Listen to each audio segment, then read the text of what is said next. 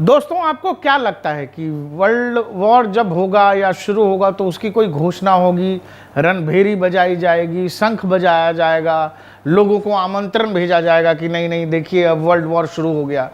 भाई मुझे ये लगता है, या आप जब दुनिया में अलग अलग घटनाक्रम पर नजर दौड़ाएंगे तो आपको ये लगेगा कि ये ऑलरेडी शुरू हो चुका है। अब होता क्या है कि आम तौर पे हम आपने वर्ल्ड वॉर फर्स्ट और वर्ल्ड वॉर सेकंड पढ़ा है तो हम उससे तुलना करने लग जाते हैं। देखिए दोनों ही समय दो दो गुट थे और अभी भी गुट बटे हुए हैं।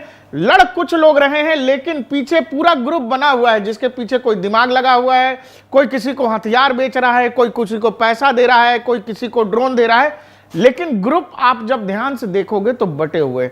अभी का मौजूदा घटनाक्रम यह है कि अभी अभी पुतिन, मैंने आपको पिछले वीडियो में बताया कि पुतिन कहां गए थे, चीन गए थे। शी जिनपिंग और पुतिन एक दूसरे से मिले, 2 दिन का दौरा था, पुतिन लौट गए। अब पुतिन कहां जा रहे हैं?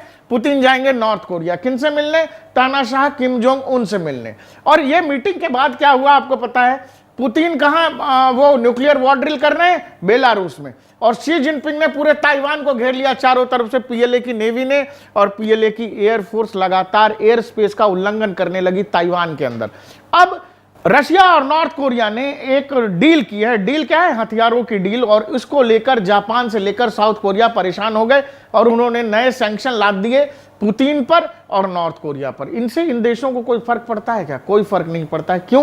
क्योंकि जैसे जापान, साउथ कोरिया या मिडिल ईस्ट के सऊदी अरब या इजराइल के पीछे अमेरिका खड़ा है। क्यों खड़ा है? अमेरिका के पास पैसा बहुत है। वैसे ही इन देशों के पीछे जिसके पास सबसे ज्यादा पैसा है वो चीन है। और चीन पीछे खड़ा है और दुनिया के बाकी देशों को वो आगे कर रहा है, जो अमेरिका के खिलाफ वाला गुट है। अभी क्या हुआ, जब ताइवान घेर लिया पूरे तरफ से चीन ने, तो क्या हुआ, ये पूरा मामला एस्केलेट हो गया। एस्केलेट कहां होते होते जापान पहुंच गया। जापान ये कह रहा है कि अगर चीन ताइवान में कुछ करेगा तो ताइवान को बचाना हमारा राष्ट्रीय धर्म है। क्यों ऐसा? क्यों जापान कह रहा है कि भाई हम बचाएंगे ताइवान को? इसका कारण है कि ताइवान जिस दिन इन्वेड हो गया और जिस दिन ये ताइवान का एक्शन चीन लेने में सफल हो गया, शी जिनपिंग अपनी मनोकामना पूर्ण करने में सफल हो गए, उसी दिन से जापान पर भी खतरा मंडरा जाएगा, उसी दिन से फिलीपींस पर भी खतरा मंडरा जाएगा।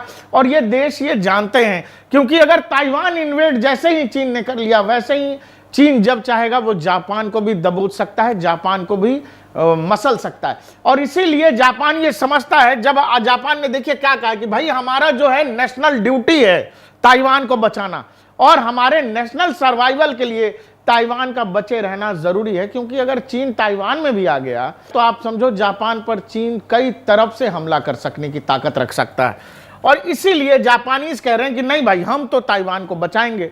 बाकी जब आप मैप पर जापान की लोकेशन, ताइवान की लोकेशन, फिलीपींस की लोकेशन, साउथ कोरिया की लोकेशन देखेंगे तो आप ये समझ जाएंगे कि चीन ताइवान तक नहीं रुकने वाला है। उसकी नजरें साउथ कोरिया पर भी हैं, फिलीपींस पर भी हैं, जापान पर भी हैं। इन देशों से सटे जितने छोटे छोटे द्वीप हैं चीन उन सबको अपना बताता है। और यही कारण है कि चीन के जितने पड़ोसी देश हैं, वो जापान हो, साउथ कोरिया हो, फिलीपींस हो या ताइवान को, तो वो देश मानता ही नहीं है। वो तो कहता है ताइवान हमारा है। और जितने भी द्वीप हैं चीन उन सबको अपना बताता है। और इन सारे ही देशों से उन द्वीप को लेकर लगातार डिस्प्यूट होता है। साउथ चाइना सी में, साउथ चाइना सी में चीन इसीलिए इतनी दादागिरी करता है क्योंकि उसको पता है कि साउथ चाइना सी में दुनिया भर का इतना बेशकीमती सामान क्या, खनिज लवण पदार्थ जो कहते हैं, खनिज पदार्थ जिसको कहते हैं, वो जमीन के नीचे है। गैस का प्रचुर भंडार है और चीन उस पर एकाधिपत्य चाहता है। और यही कारण है ये छोटे छोटे देश हैं, जापान, ताइवान को खैर देश मानता नहीं है वो,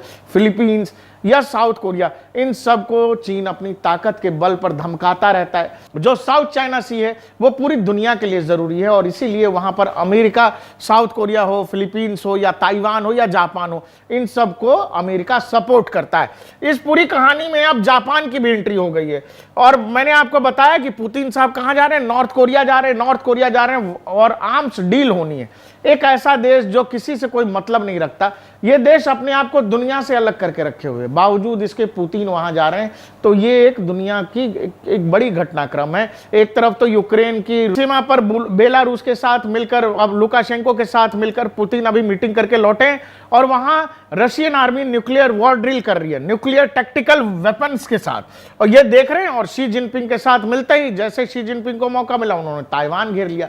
तो ये जब आप देखो, आप मिडिल ईस्ट का सिचुएशन देखो, आप रूस यूक्रेन का सिचुएशन देखो, और एक तीसरा मोर्चा जो साउथ चाइना सी में खुलने जा रहा है, जब आप इसको देखिएगा तो एक तरफ वो गुट है जो अमेरिका एंड वेस्ट देशों का गुट है, मिडिल ईस्ट के भी कुछ देश उसमें शामिल है। दूसरा गुट वो है जिसमें चीन नेतृत्व कर रहा है पैसे के बल पर, और फौज का नेतृत्व कौन करेगा कि भाई पुतिन साहब हैं, और उसके पीछे खड़े हैं नॉर्थ कोरिया जैसे देश, ईरान जैसे देश, मिडिल ईस्ट के भी कुछ देश इस गुट में। तो एक गुट तो वो अमेरिका और एक गुट ये चीन। तो दुनिया दो ध्रुवीय होती जा रही है। इस बीच में भारत जैसे भी देश हैं जिनका फिलहाल कोई पक्ष नहीं है।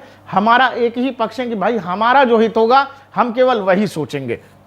मैंने आपको बताया कि जापान आखिर क्यों कह रहा है कि भाई हम ताइवान को बचाएंगे। वो इसीलिए, ये है ताइवान जिसको चारों तरफ से फिलहाल 2 दिनों के लिए चीनी पीएलए ने घेर लिया था और कहा कि हम वॉर ड्रिल कर रहे हैं। वो वीडियो डिटेल वीडियो है, एक आप जाके हमारे पेज पर देख सकते हैं। इसके अलावा एक देश यहां देखिए, ये फिलीपींस है।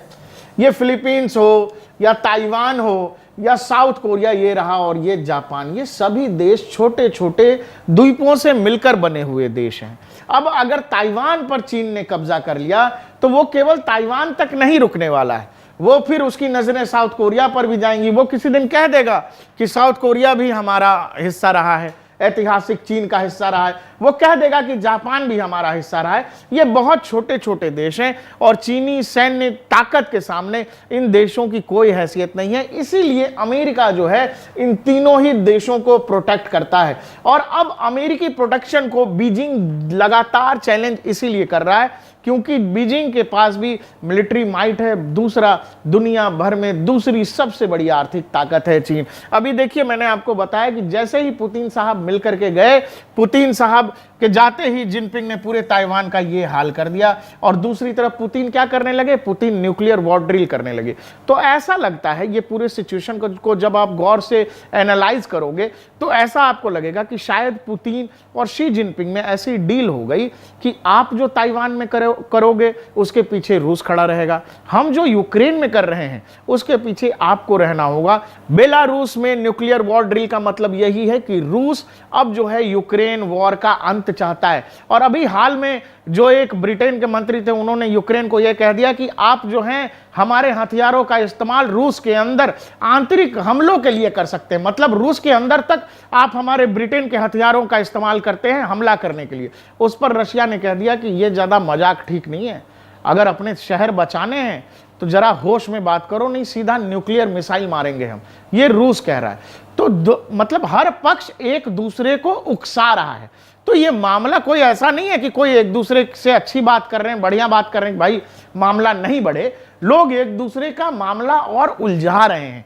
इसीलिए ये पूरा मामला अब जो है एक, मतलब मैंने आपसे बोला कि इसकी कोई घोषणा नहीं होगी, कोई आके आपको इन्विटेशन नहीं देगा कि अरे वर्ल्ड वॉर शुरू हो गया।